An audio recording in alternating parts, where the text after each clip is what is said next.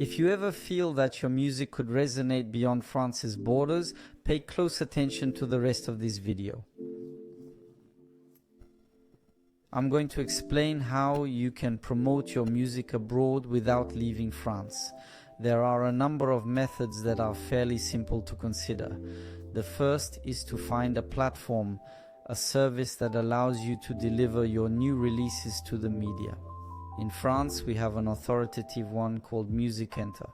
Unfortunately, it's still too little known by artists and independent producers alike, and yet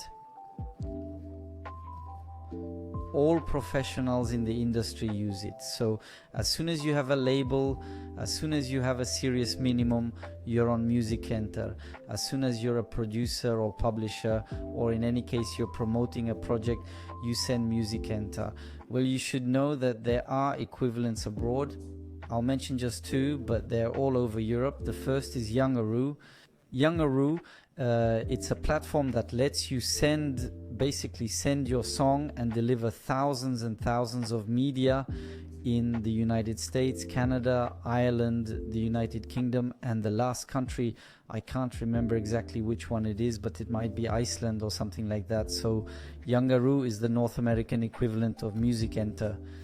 The advantage is that it lets you reach lots of targeted media. It can be country, rock, pop, Latin, urban, and so on.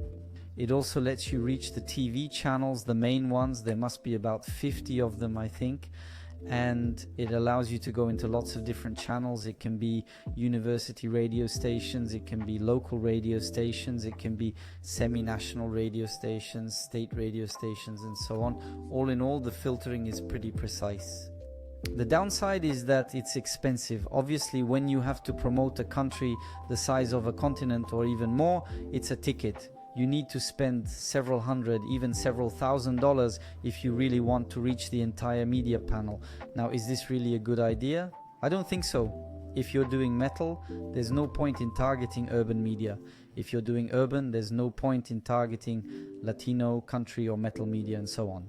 So segmentation will help you cut costs. Nevertheless, it costs several $100s to do a promotional mailing, but if you really have a project that lends itself to it, it can be worth it. It can be really, really worth it. So that's the first tool. I'm just going to prompt a second one, and then you do your research on your own, and I imagine you'll find a lot of them. There's one in Canada that I've used several times. So Yangaroo I've used, I recommend it. It works pretty well, but you've got to put your hand in your pocket. The second is 360 tours, if I'm not being silly. No, 45 tours, sorry. 45 tours reaches every radio station in Canada, and it works relatively well. So I don't want to talk nonsense because it's all a blur in my memory. I haven't used it for 2 or 3 years. I don't know whether it's only French language radio stations in Quebec or all radio stations in Canada. In any case, it allows you to reach a nice panel of radios. In my opinion, it's more francophone in Quebec, and it works relatively well if you have songs with a musical style that's adapted to the market, i.e. songs that are rather open, international variety, half pop, half rock, half electro, and that's it. It works well, and there are plenty of tools like that. All you have to do is find the platforms, sign up for them, and spend money on them. Sometimes it's free. There are tools I found that are free, in particular in Italy. There's one that's completely free. If you give me enough requests in the comments, maybe I'll put it on. And this will enable you to reach the various media decision makers just about everywhere and to do a proper promotion to get international coverage. So that's the first method. The second method for gaining international exposure is to use advertising networks. You use the ad network of Facebook, Instagram, Google, TikTok, Snapchat, whatever, and you target a very specific international audience. That works relatively well too. The thing is, there are countries where it's very competitive and there are countries where it's very difficult. The UK, for example, is very complex. Take a city like London alone, which has a dozen or so micro music markets. If you take the UK as a whole, I think there are at least 50 micro music markets. So it's very complex to target this kind of country. Germany is a very competitive market too, so it can be quite expensive. But you have countries like Portugal where it's relatively affordable, Italy, Greece, Spain, Romania, Poland, and so on. Or if you've got a relatively good Facebook budget, I'd say between 1,000 and 3,000 euros, you can go out and find an audience big enough to get the buzz started, then go out and find the media, and why not find your first dates there, find partners, and expand in that country. Personally, I've done this in countries like Romania or Scandinavian countries such as Sweden, Norway, Finland, Estonia, and Poland, and it works relatively well. The third piece of advice I can recommend, sorry, it won't be cut off at the editing stage, is to look for local partners. The best way to do this is to have a minimum number of results, either already in France, and use them to attract a partner, or in the country in question. Ideally, after you've used a promo service in the country, after you've used Facebook, Instagram advertising and so on in the country, you start to get some visibility, you use it to approach a local partner, and then you have all kinds of partnerships. It can be a sub-publisher, and that's really ideal because the sub-publisher's work remains limited. I think I'll be doing a video soon on this YouTube channel to describe the work and impact that a sub-editor can have. If I get enough likes under this video, it'll motivate me to do it, so don't hesitate.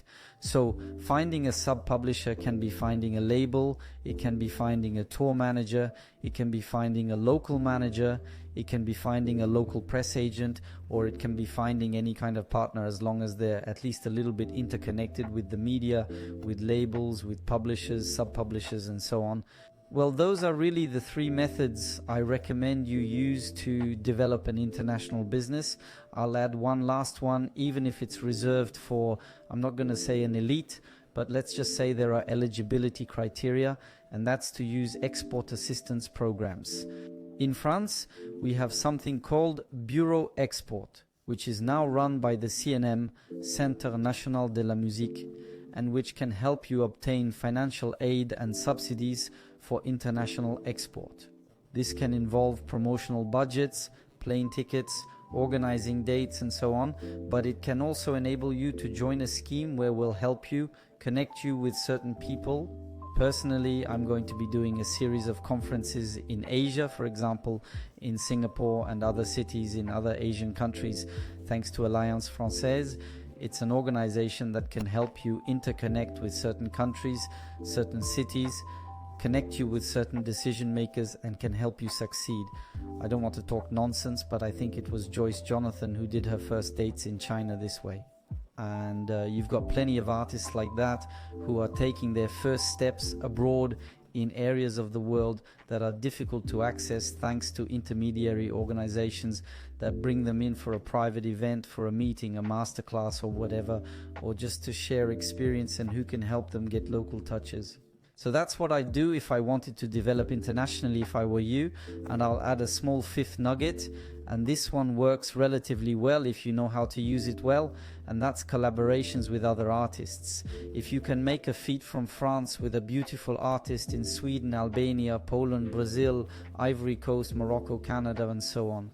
If each time you have an artist with a minimum fan base and you manage to seduce his or her public and fan base, then little by little you're going to get the media on board who are going to start following and supporting you, a public who are going to get behind what you're doing, who are going to follow and support you, other artists in the artist's entourage or not, who are going to want to collaborate with you, and so on.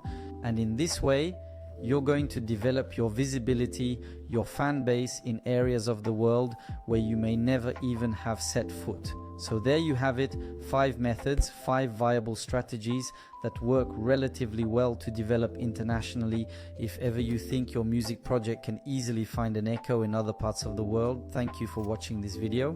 If you've enjoyed it, been motivated, inspired, learned something, give me a big like, subscribe to the Successful Producer YouTube channel to reward my work and motivate me to keep bringing you videos like this. And if ever tomorrow you have an international development and you want to manage your rights well, collect them well, recover them well, manage the contractual part, the development, the administrative and legal support of everything you do, well, I advise you to take an interest in what Muzicenter does, www.muzicenter.fr. You can book a call with a number of the team. We're already working with a number of artists, producers and publishers on an international level, and I think we can help you out. I wish you all the best for the future. Tear it up and say ciao ciao.